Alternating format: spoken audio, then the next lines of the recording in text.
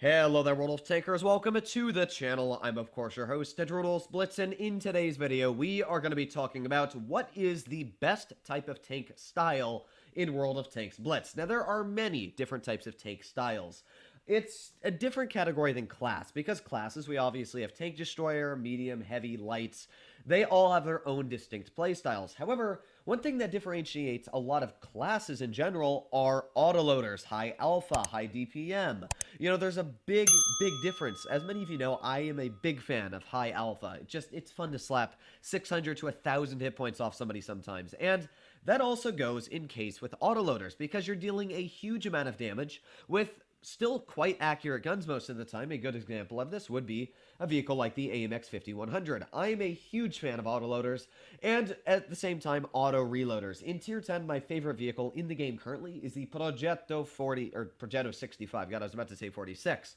And the reason the Progetto is such a strong tank in my personal opinion is because of the auto reloading capability. You reload 3 shells normally, you know, you're just an autoloader at that point, but when you shoot off the shells, you can shoot each one singularly and reload each one back, which makes it much stronger than your average autoloader because it doesn't have to worry about the consequences this vehicle does. For example, the AMX, where it's got a super long shell cooldown, where I've got to wait 20 seconds after I've shot all 3 of my shells to load all 3 back in. But, on the other hand, you have better DPM than most auto reloaders with a tank in this category. So, every single category has their own benefits and disadvantages. I personally think autoloaders are my favorite just because there's vehicles like the Bat Chatillon that exist. At tier 8, you've got vehicles like the Emil, which I absolutely love. And being an autoloader, I do find in certain aspects stronger than an auto reloader because you're not constantly losing DPM. You know, you just shoot your shells off. If you miss one, you back up or you reload. But that's where disadvantages arise because this tank has the big disadvantage of having a team. This vehicle in particular has one of those big disadvantages because this tank has very little armor. What happens is, let's say the enemy team decides to push on my team, you know. Well, what happens is while I'm waiting 20 seconds or so for this whole clip to reload, my team can possibly die. And usually when they die very quickly, and it takes you too long to actually reload your entire clip before your team's back in action. So there's 1 shell into the KV4, there's 2, and I don't even care if he hits me, there's 3. That is 900 hit points off of that KV4, and that's it. That's 874 hit points in that quick succession of time, and then I reload. That is where autoloaders are very strong, is that ability. Oh my god. But of course, high alpha, that's a perfect example there, where high alpha can also be extremely strong, where it just absolutely rips that poor guy to pieces. Now, here's the Action 10. Oh my god, I was shooting at the Action 10, but I guess not. We're going to get 1 pen into the side of him, and of course, let's go for 1 more. There's 2. Again, that's a pretty big chunk off that guy, but at the same time, I just lost just about the same hit points as the KV4 managed to snap me in the turret. Kind of weird, yeah. But that's the disadvantage of this autoloader. Most autoloaders in the game, the only ones that have armor, and they're not even autoloaders at most of it, is the Emil. Most tanks that are autoloading have very little armor, but they make that up with the clip. That is really what the big advantage is. So we got this Action 10 over here. Let's aim it on his cupola, and a beautiful snap into his cupola at that. Now we click that C key once again, start reloading that clip. This is where the autoloaders are just really meh.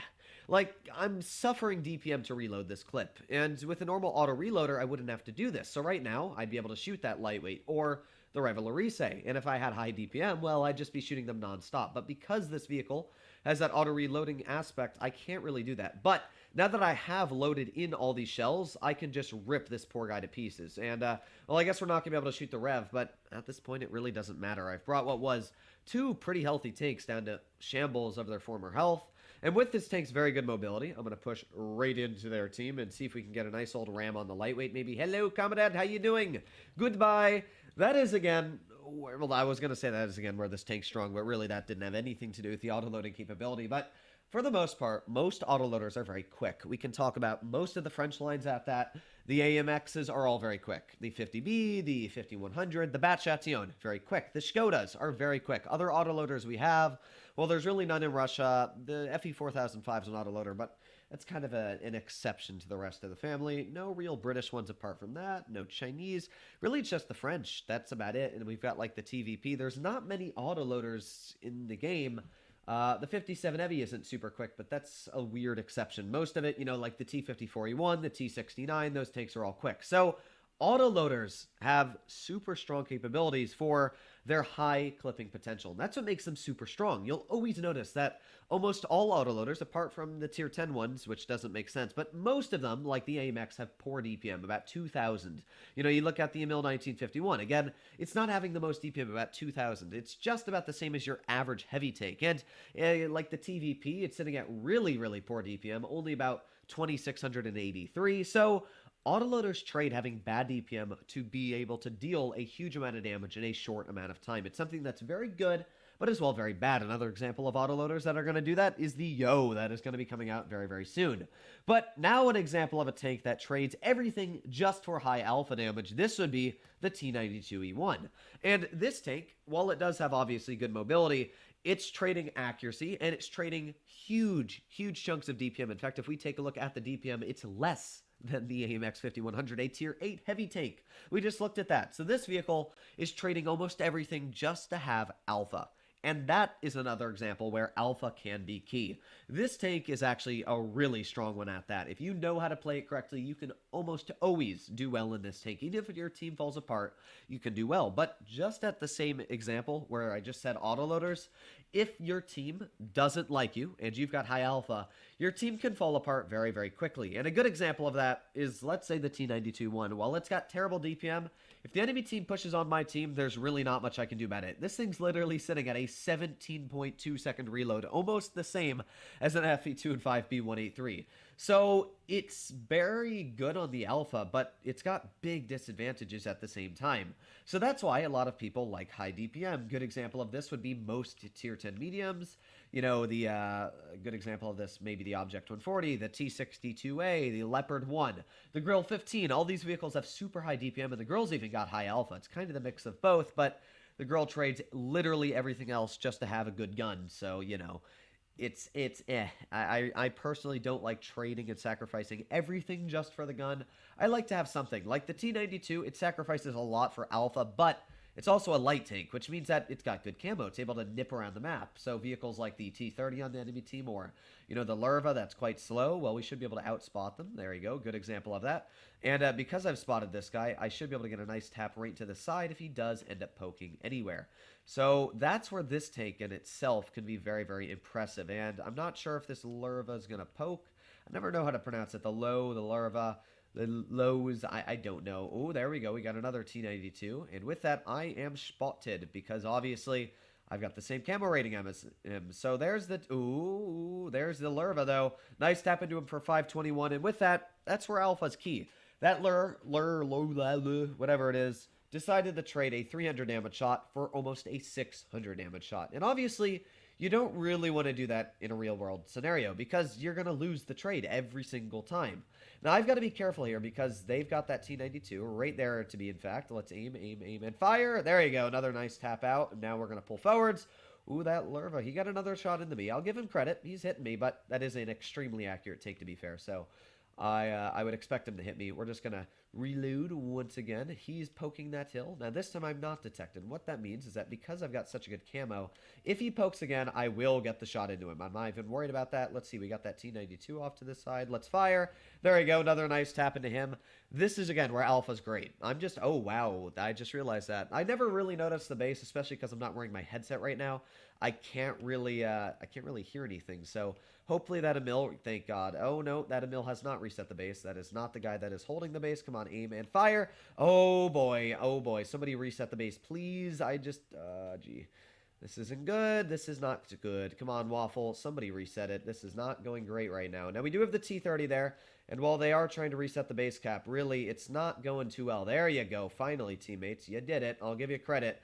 I don't have the hit points anymore to reset the base. That's a bit of a shame, but we did get a nice tap into that T30. I brought what was a pretty much full health tank down to a very, very low amount of hit points. And again, that's where a vehicle like this has got super strong advantages, is the ability to whop a huge damaging shell into enemy tanks.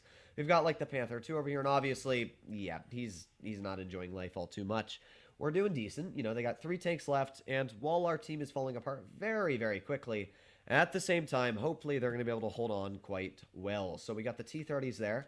I know that the 252s are pushing off to the side. Let's aim in on these 252s. Come on, buddy. You know you want to poke that. Oh, baby. There you go. Nice shot into the 1-2-5-2 again. We brought what was a pretty healthy tank down to much lower hit points in one shot.